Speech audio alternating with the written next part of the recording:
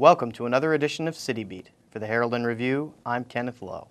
And as I've been reporting lately, we're a week out from the election, less than a week out from the election, and the central Illinois area has become the major battleground for the state legislature. The candidates in this area of the state have been the most conspicuous by anybody's metric in fundraising and spending the funds that they have raised. So what we're going to do today is take a look at some of the races that are occurring right here in our backyard. And we'll start with one that I've been spending a lot of my time reporting on, the 101st House District, which includes parts of Decatur and Mount Zion. Let's have a look at what's going on there. The race, which pits State Representative Bob Fleiter, the Democrat from Mount Zion, and his Republican opponent, Decatur City Councilman Adam Brown, is among the top 10 most expensive in the Illinois House. According to the latest fundraising numbers, an overwhelming amount of both men's support is coming not from within Macon County, but their respective leaders in the legislature, House Speaker Mike Madigan and House Minority Leader Tom Cross. Republicans in the General Assembly believe they may be within reach of gaining a majority in the Illinois House and wresting control away from Madigan and the Democratic Party. Part of that fight is playing out right here in Decatur. Accusations have been flying between the two campaigns recently.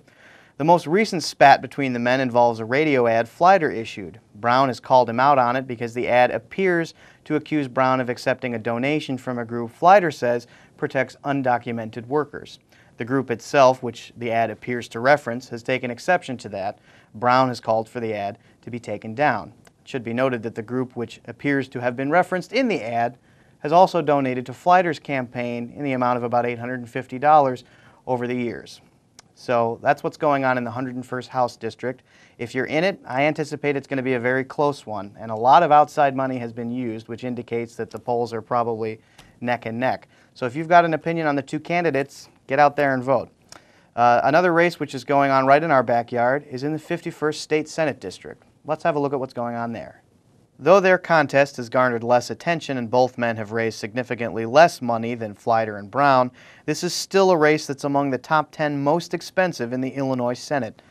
Democrats are making the bid to recapture McCarter's seat, once held by former Senate Minority Leader Frank Watson, but it appears other area races in the Senate are drowning this one out.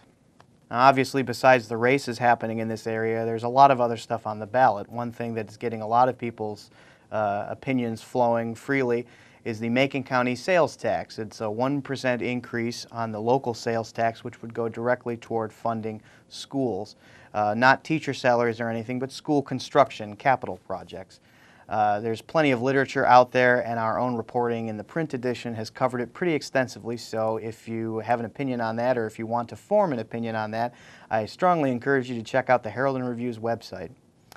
Another issue which you may have heard come up on the state level is the question, which is going to be on the ballot, of a constitutional amendment which would allow citizens to recall the governor.